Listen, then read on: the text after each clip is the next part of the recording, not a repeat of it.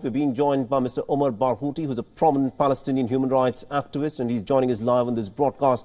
Now, Mr. Barghouti, the situation as it stands at this moment is extremely tenuous. There is a possibility that another military pause could be agreed upon for the exchange of hostages.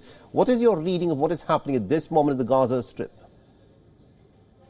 The human rights community in general does not believe in such temporary pauses that do not lead to an end, a complete end of the bombing and a complete end to the siege. Because this is not a conflict, this is a genocide.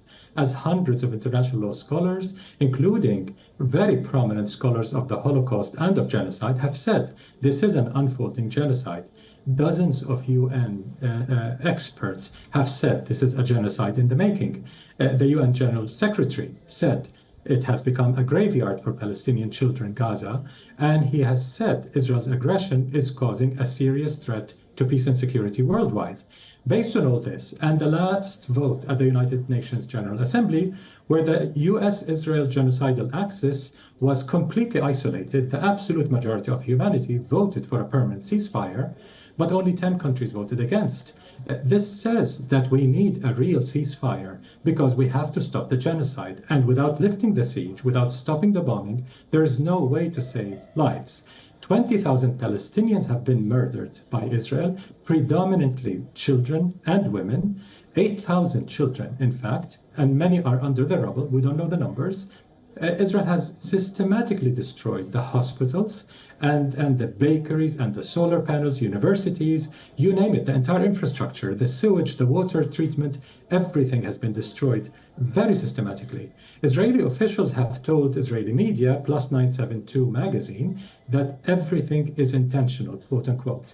Every single bombing was intentional. So if 200 people are killed, Palestinians are killed, just to target one person, that is perfectly legitimate in Israel's eyes. But this is an absolute war crime, a crime against humanity, and it's an unfolding genocide. We need a ceasefire, not a temporary cessation of hostilities. Right, and also the fact that there is this human rights group report which says that at this moment, anywhere over 8,000 Palestinians at this moment are held in Israeli prisons. And the shocking statistic is that nearly about 80% of all Palestinians who are being detained in Israeli prisons are held without a charge. What do you make of this? These are abducted, randomly abducted Palestinians, and who are ill-treated, tortured, and in the case of the army bases, for the Gaza abductees, some have been executed. The Haaretz report that you've cited, some Palestinians were killed in custody. That has a name in international law. They were executed in an extrajudicial way.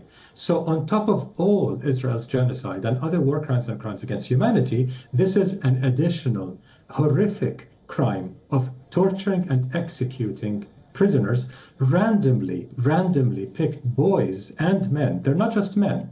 Human rights organizations have documented a large number of boys under 18, children, abducted from Gaza as well. Human rights organizations have also mentioned women abducted from Gaza. So the entire system is showing the demise of international law, and this poses a threat. This is why the UN Secretary General says this poses a threat to world peace and security, because Israel is destroying the very tenets of international law with its live stream genocide. All right. Thank you very much indeed, Mr. Omar Barghouti, for joining us and getting us that perspective there. Thank you. WION is now available in your country. Download the app now and get all the news on the move.